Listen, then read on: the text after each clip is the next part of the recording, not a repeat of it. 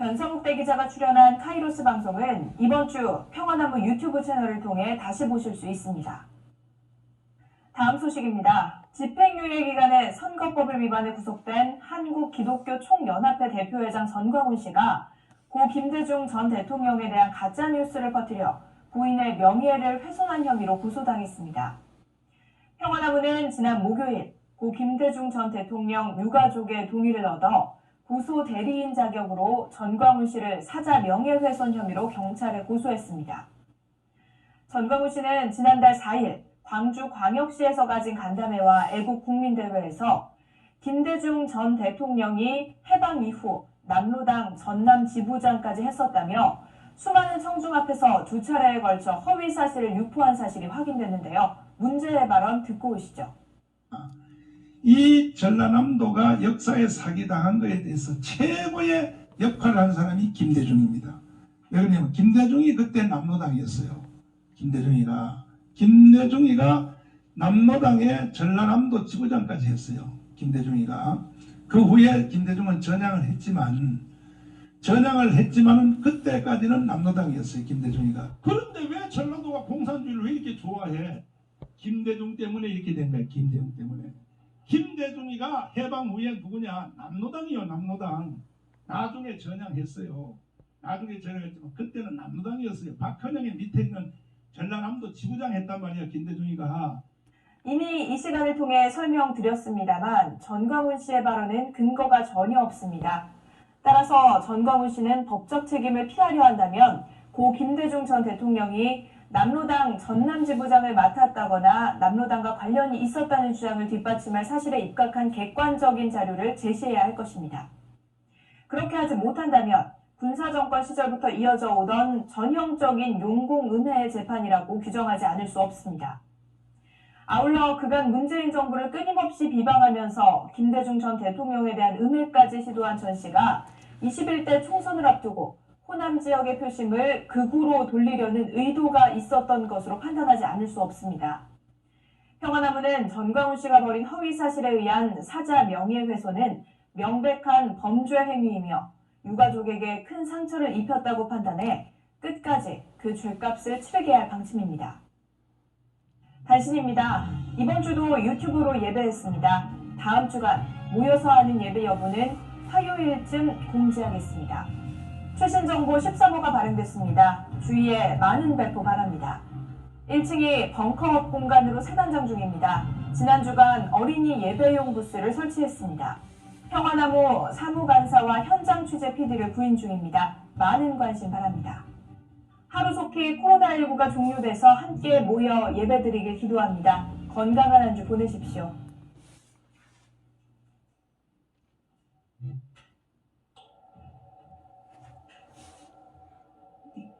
앞서 뉴스를 통해 전달해드렸듯이 지난주에 모인 헌금 전액으로 물품을 구입해서 대구 위주민 선교센터에 전달했습니다. 교우분들께서 많이 동참해주신 덕분에 예상했던 금액보다 훨씬 뛰어넘는 금액으로 전달할 수 있었습니다. 동참해주셔서 다시 한번 감사드립니다. 그리고 교회를 대표해서 직접 대구에 방문해주신 백민님, 신기정님, 유기농 수도사님께도 이 자리를 빌어 다시 한번 감사의 말씀을 드립니다. 코로나 바이러스 확산으로 오늘로 3주째 저희 교회는 유튜브로 예배를 드리고 있습니다. 유튜브 예배임에도 불구하고 교회당에 오시는 분들이 일부 계시는데요. 오늘부터는 송구스럽지만 귀가해 주실 것을 요청해 드리고 있습니다. 현재 상황이 매우 엄중한 만큼 예배 순서를 맡은 분이나 스텝이 아닌 분들은 교회 방문을 말아주실 것을 간곡히 부탁드립니다. 저희가 다시 예배당에 모여 예배할 수 있는 날이 속히 오길 기도해 주시고 한 주간 또 건강에 유의해 주시길 바랍니다.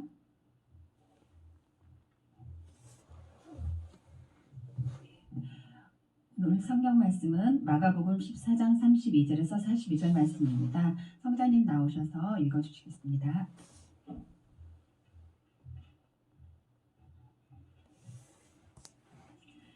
그들은 겟세마네라고 하는 곳에 이르렀다. 예수께서 제자들에게 말씀하시기를 내가 기도하는 동안에 너희는 여기에 앉아 있어라 하시고 베드로와 야고보와 요한을 데리고 가셨다. 예수께서는 매우 놀라며 괴로워하기 시작하셨다.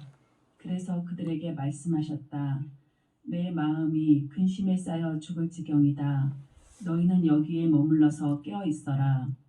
그리고서 조금 나아가서 땅에 엎드려 기도하시기를 될 수만 있으면 이 시간이 자기에게서 비켜가게 해달라고 하셨다. 예수께서는 이렇게 말씀하셨다. 아빠, 아버지께서는 모든 일을 하실 수 있으시니 내게서 이 잔을 거두어 주십시오. 그러나 내 뜻대로 하지 마시고 아버지의 뜻대로 하여 주십시오. 그런 다음에 돌아와서 보시니 제자들은 자고 있었다. 그래서 베드로에게 말씀하셨다. 시몬아, 자고 있느냐? 한 시간도 깨어 있을 수 없느냐? 너희는 유혹에 빠지지 않도록 깨어서 기도하여라. 마음은 온하지만 육신이 약하구나. 예수께서 다시 떠나가서 같은 말씀으로 기도하시고 다시 와서 보시니 그들은 자고 있었다. 그들은 졸려서 눈을 뜰 수가 없었던 것이다. 그들은 예수께 무슨 말로 대답해야 할지를 몰랐다. 예수께서 세 번째 와서 그들에게 말씀하셨다. 남은 시간을 자고 쉬어라. 그 정도면 넉넉하다. 때가 왔다. 보아라. 인자는 죄인들의 손에 넘어간다. 일어나서 가자. 보아라. 나를 넘겨줄 자가 가까이 왔다. 이것은 주님의 말씀입니다. 하나님 감사합니다.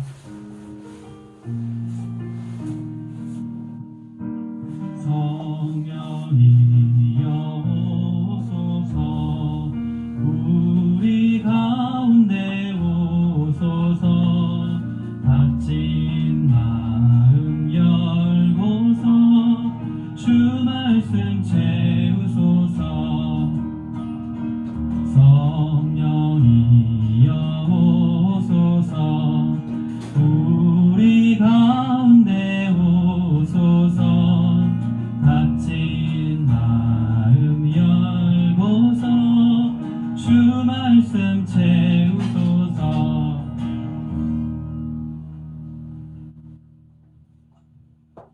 네, 오늘 첫 번째 설교는 어린이부 신민정 전도사님께서 깨어있기라는 제목으로 말씀을 나눠주신 후 김용민님께서 시험에 빠지지 않도록이라는 제목으로 계속해서 말씀해 주시겠습니다.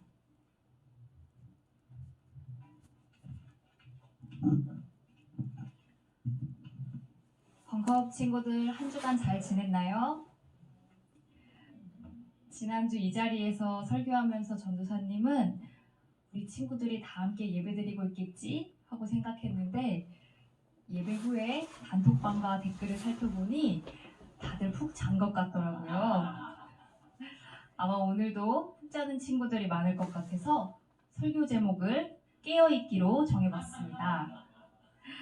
다가오는 한 주 동안 우리 모두가 설교 제목처럼 여러 의미로 깨어있는 시간을 보낼 수 있으면 좋겠습니다.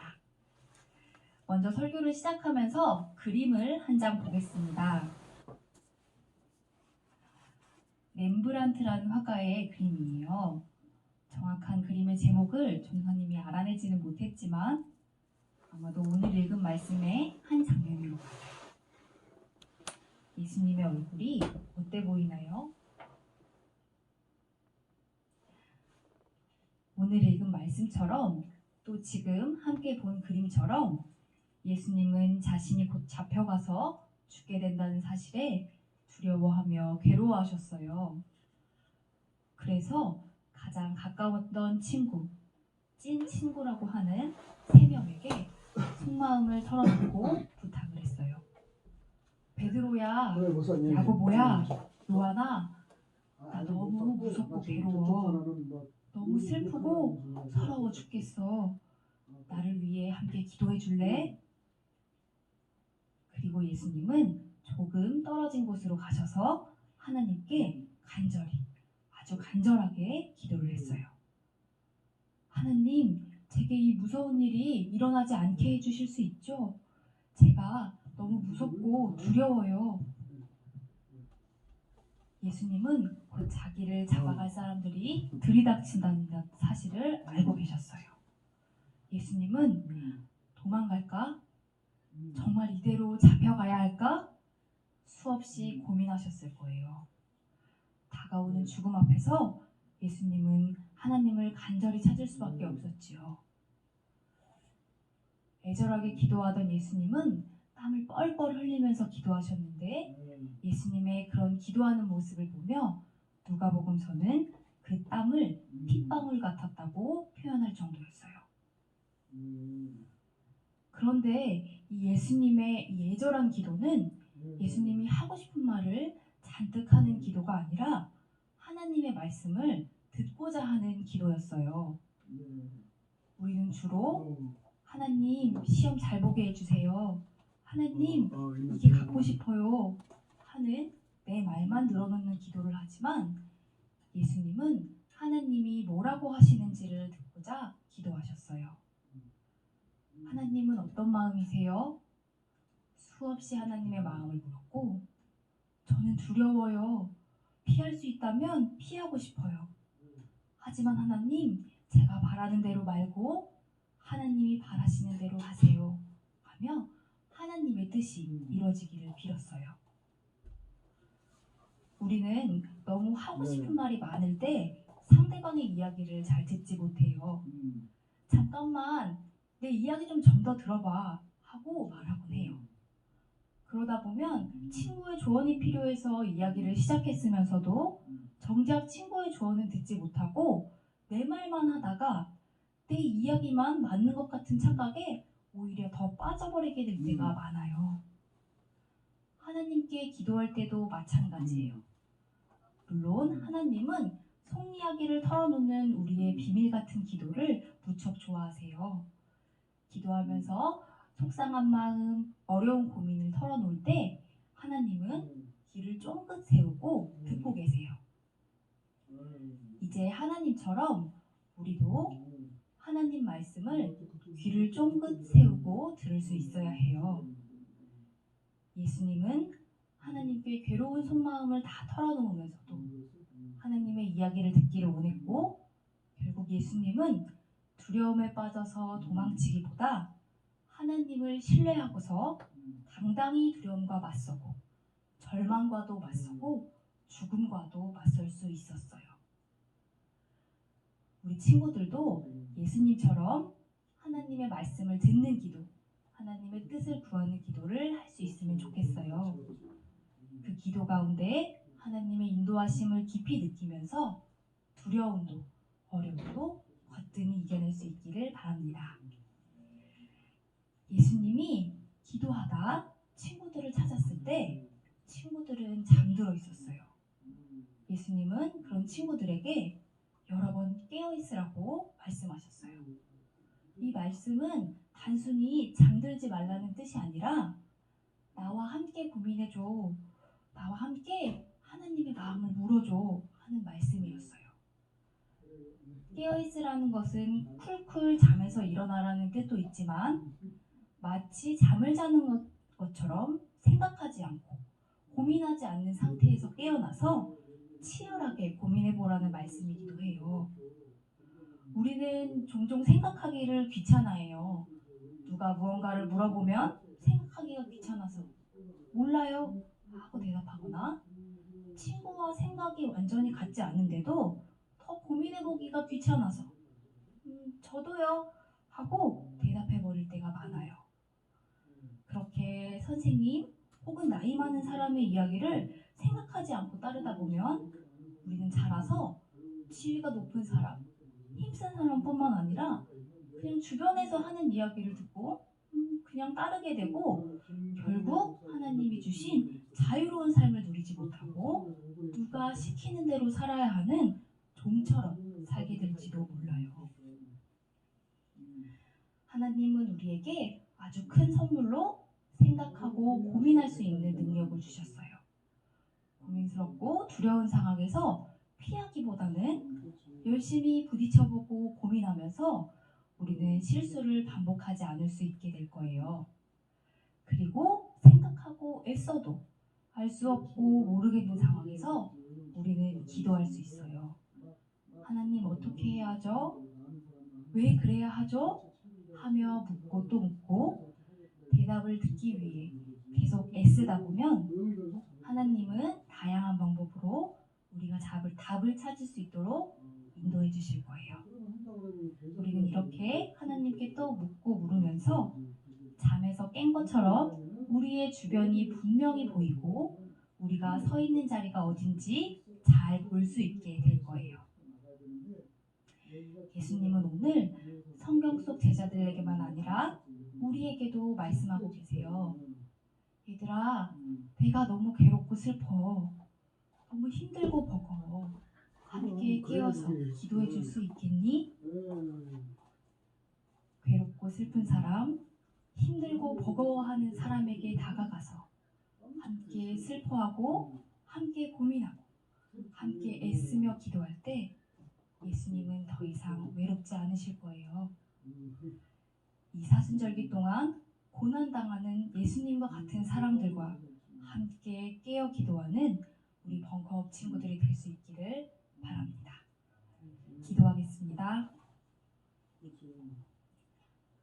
하나님, 두려워 도망치고 싶은 순간에 하나님을 신뢰하고 당당히 죽음과도 맞선 예수님을 말씀을 통해 봅니다. 우리의 기도가 못 믿는 마음에서 나오는 헛된 주문과 같은 기도가 되지 않게 하시고 예수님처럼 하나님을 깊이 신뢰하는 기도를 할 수 있게 해주세요. 하나님 앞에 자신을 놓고 묻는 가운데 우리 영혼의 눈이 깊은 잠에서 깬 것처럼 밝아지게 하시고 내가 깨어 있다고 자기 오름에 빠지려고 할 때 내가 예수님과 같이 고난당하고 슬퍼하는 이들과 함께 하고 있는지 내 주변을 항상 살피는 지혜를 주세요. 고난당하신 예수님의 이름으로 기도합니다. 아멘.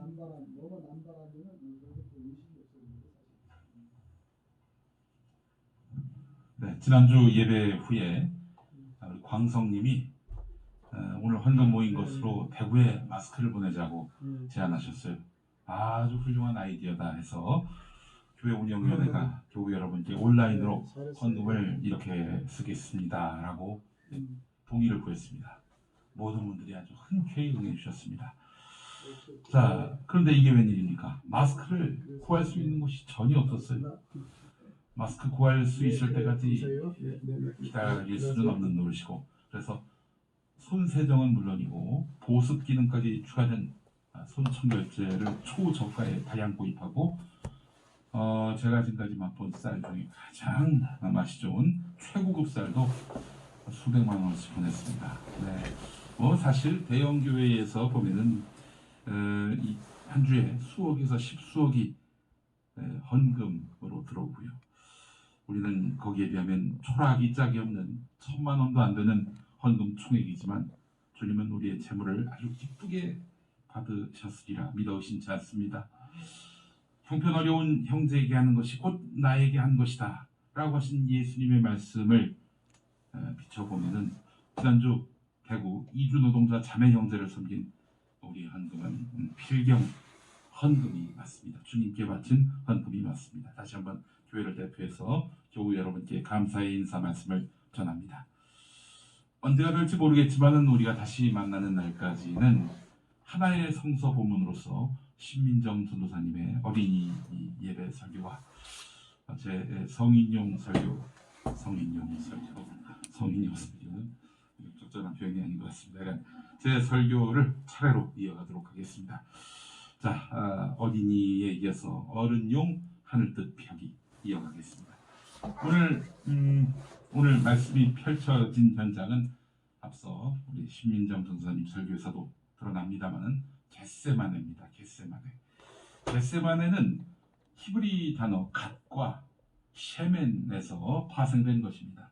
이러면 제가 히브리어의 통달한 것처럼 느끼겠지만 우리 책에서 뺏긴 겁니다. 제가 이런 거 알 리가 있겠습니까? 네. 이 갓은 짜다. 짠다는 것은 이제 누른다, 프레스한다는 것이고요. 셰멘은 오일, 기름입니다. 그러니까 여기에 이제 기름 짠다 개념의 겟세마네라고 말씀드릴 수 있겠습니다. 자, 기름 짜는 뭐 이런 뜻이겠죠. 겟세마네 동산이 있는 산이 어디입니까? 감람산이라고 불리는 올리브산입니다. 올리브 기름을 짜던 동네가 아니었겠는가 이렇게 추정해 볼 수 있는데요. 이 동네가 구약 성서에서도 두 번 거론됩니다. 사무엘하 15장 23절을 보면은 다윗이 피신을 했습니다. 아들 압살론이 일으킨 그런 반란을 피하려고 피신을 했는데 이때 지나간 계곡이 있었어요. 거기에 이제 키드론 계곡이라는 곳인데 여기가 바로 이제 겟세마네 동산 부근에 있었던 계곡입니다. 다윗을 따라가던 백성들이 이 참 처량해진 다윗 왕의 신세를 생각하면서 통곡했다고 하죠. 바로 이 키드론 계곡 쪽에서 통곡했다고 합니다. 근데 이제 개역 한글 성경을 보니까 키드론 시내라고 하네요. 시내. 이 시내에서 아사와 히스기야가 우상을 불사른 일도 있었습니다. 하여간 참 성서에서 여러 번 거론되는 유서가 깊은 동네를 하겠습니다. 시내 이야기가 나와서 그런데 시냇가는 한자로 개입니다. 개. 청계천할 때 개. 네.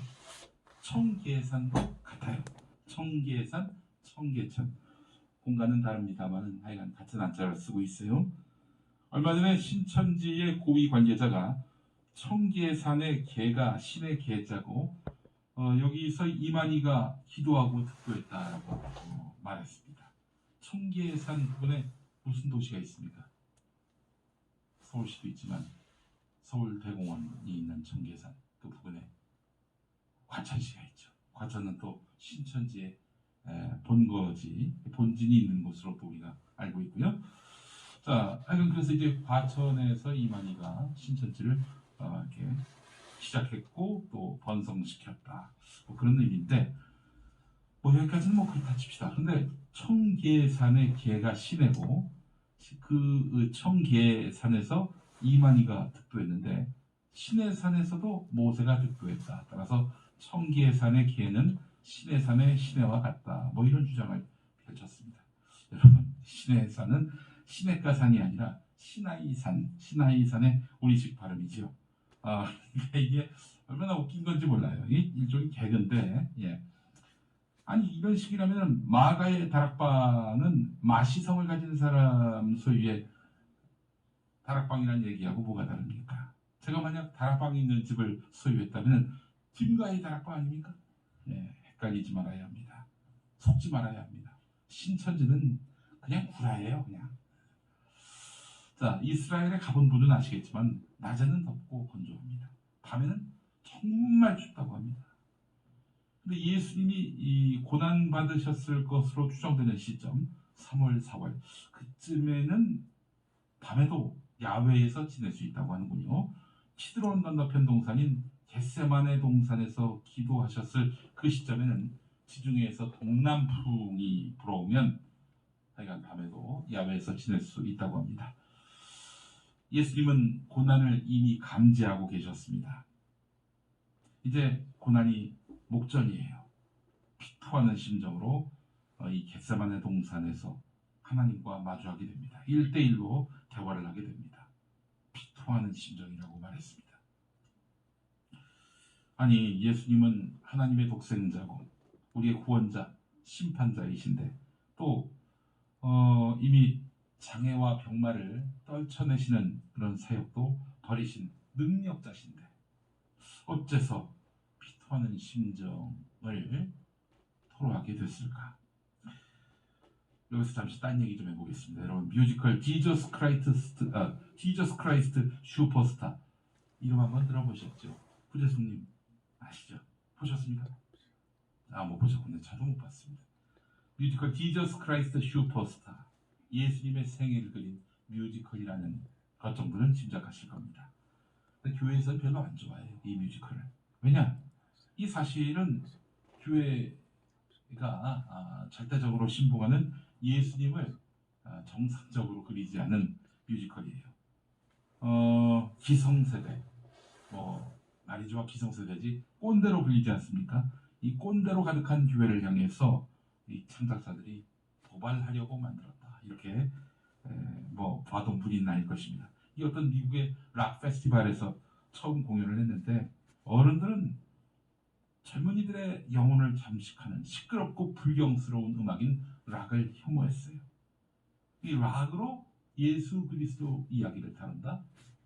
그 자체로도 이미 어른들에게 극혐 점수를 부추기려고 한 의도가 있습니다. 자, 그 줄거리는 어땠을까? 이 뮤지컬은 어떻게 하면 이 꼰대들이 광분할까 고민하다가 예수를 팔아넘긴 가룟 유다 입장에서 시나리오를 썼습니다. 여기서 예수님은 어떤 존재로 묘사됐을까? 하나님을 상대로 해서 예수님이 겟세마네에서 아니 내가 뭔 잘못을 했다고 십자가를 쳐야 합니까? 이러면서 대드는 이런 주인공으로 묘사를 해요. 예. 가사를 보면 이렇습니다. 겟세마네에서 기도하는 예수님 대사가 이래요. 내가 죽는다면 뭘로 보상하시게요? 이런 대사예요. 전 알아야 합니다. 알아야 한다고요. 내가 죽는다면 그 보상은 무엇이죠? 보상이 없으면 못 죽겠다. 뭐 이런 말입니다. 아마 요즘 이 지저스 크라이스트 슈퍼스타가 기획됐다면은 위험수당을 포함해서 보상하라. 뭐 이런 가사가 들어있을지 모르겠습니다. 원래 예수님은 겟세마네에서 나의 원대로 마시고 아버지의 뜻대로 하십시오 라고 말하지 않습니까? 정말 도발적이죠. 참고로 이런 기성세대, 특히 교회를 향해 조롱하고 비난하는 청년문화, 이게 다 68혁명으로 촉발된 전 세계적인 저항문화의 한 부분이었어요. 68혁명, 68년 5월에 있었던 혁명이죠. 프랑스에서. 예. 당시 기성세대는 심심하면 전쟁을 일으키고, 그렇지 않습니까? 베트남 전쟁 일으켰잖아요. 그 무렵에. 응? 그때 어른들은 이 청년 세대들에게 총을 쥐어주면서 야, 나가서 쟤들 죽여. 이런단 말이죠. 여기 청년들이 넌더리를 내기 시작했습니다. 왜 우리는 어른들이 획책한 전쟁에 나가서 총알바지가 되고 사람 죽이는 역할을 담당해야 하는가? 그래서 그 어른 세대들을 향해서 조롱하기 시작한 겁니다. 자, 근데 우리나라는 당시가 이제 박정희 정권 때 아니었습니까? 뭐 어른 세대에 대한 저항은 물론이고 권력에 대한 비판도 불가능했던 그런 시대였습니다. 그래서 우리 이 나라의 당시 그 히피 문화라고 불리는 뭐 이런 청년들의 저항 문화라고 불리는 그런 문화는 그냥 청바지 통기타만 도입된 것 같아요. 예. 조개 껍질 묶어 그녀의 목에 걸고 이런 노래만 부르다가 끝났어요. 다른 나라는 뭐 거국적인 저항이 일어나가지고 정권 전복을 노리던 그런 때였는데 우리는 그냥 조개 껍질만 묶었어요. 자, 이 무렵에 이런 청년 저항 문화, 조롱과 비난만으로는 세상이 바뀌지 않는다 하면서 개신교 중심으로 해가지고 그래서 그 예수를 처단하려고 한 것이죠. 그 직전까지 온 겁니다. 그런데 제자들은 스승의 고충을 모릅니다. 알아도 우리 스승님은 로마 병정이 몰려올 때 한 칼에 무찌르겠지. 뭐해 장통으로 확 그냥 밀어버리시겠지. 그리고 마침내 메시아 대관식을 이어시겠지. 우리는 그때 옆에 서서 권력 한 자리 하겠지. 은근히 픽시아라는 메시지를 전하고 있습니다. 그렇잖아요. 예수님은 당대 권력으로부터, 불의한 권력으로부터 그렇게 짓밟히고 숨이 끊어진 숨을 차단당하는 그런 심정도 우리가 이해할 수 있게 된 것이라고. 이 말을 누가 했느냐? 무의당 장일순 선생이라는 분입니다. 이분은 미국이나 소련같이 큰 나라에게 운명을 맡기다시피 하는 그런 통일안을 반대했습니다. 그래서 박정희에 의해서 3년 동안 옥고를 치렀어요. 1971년에는 지학슨 주교와 함께 박정희 정권 반대 시위를 주도했죠. 이후에 농민운동을 주도하면서 도시와 농촌이 직거래를 하고 자연요법으로 농사를 짓는 운동에 앞장섰습니다.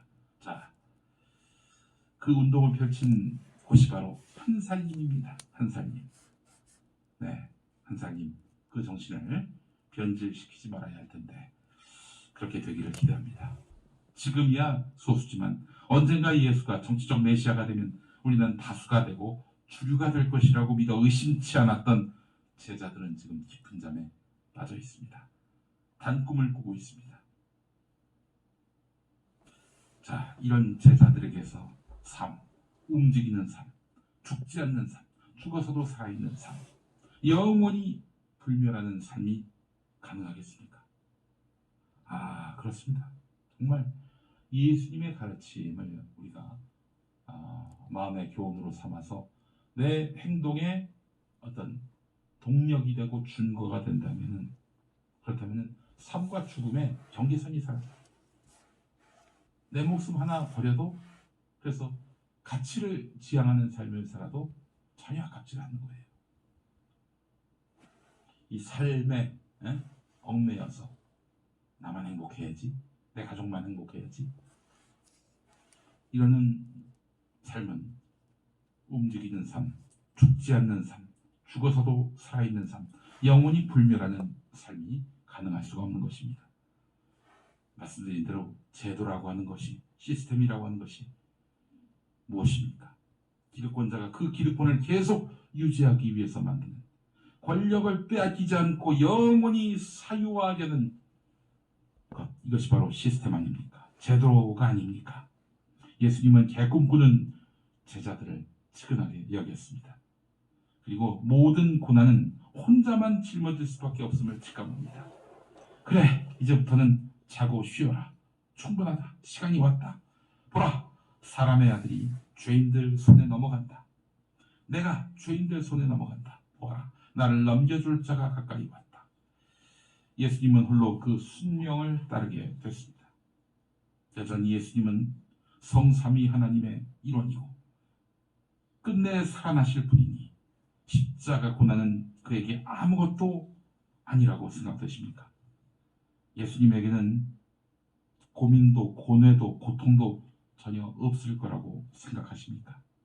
그럼 예수님이 어떻게, 만약 예수님이 고민도 고뇌도 고통도 없다면 어떻게 나의 아픔과 고뇌를 알 수 있을까요? 저는 그래서 말이죠, 정치 지도자를 어디 선거에서 뽑을 때 저분이 단 1분이라도 노동자 생활을 경험해 보았는가, 임금 노동자 생활을 경험해 봤는가 눈여겨봅니다. 인구의 절반 이상인 노동자 생활을 경험해 보지 못한 사람이 뭐 서민이 어떻다느니, 뭐 눈물을 닦아주겠다느니 웃음만 나는 거예요. 예수님의 고난은 그래서 인간이 마땅히 갖는 고민, 고뇌, 고통을 느끼고자 했던, 또 느꼈던 그 겟세마네에서의 인간다움의 모습에서 저는 진정한 예수님의 진면모를 만나보게 됩니다.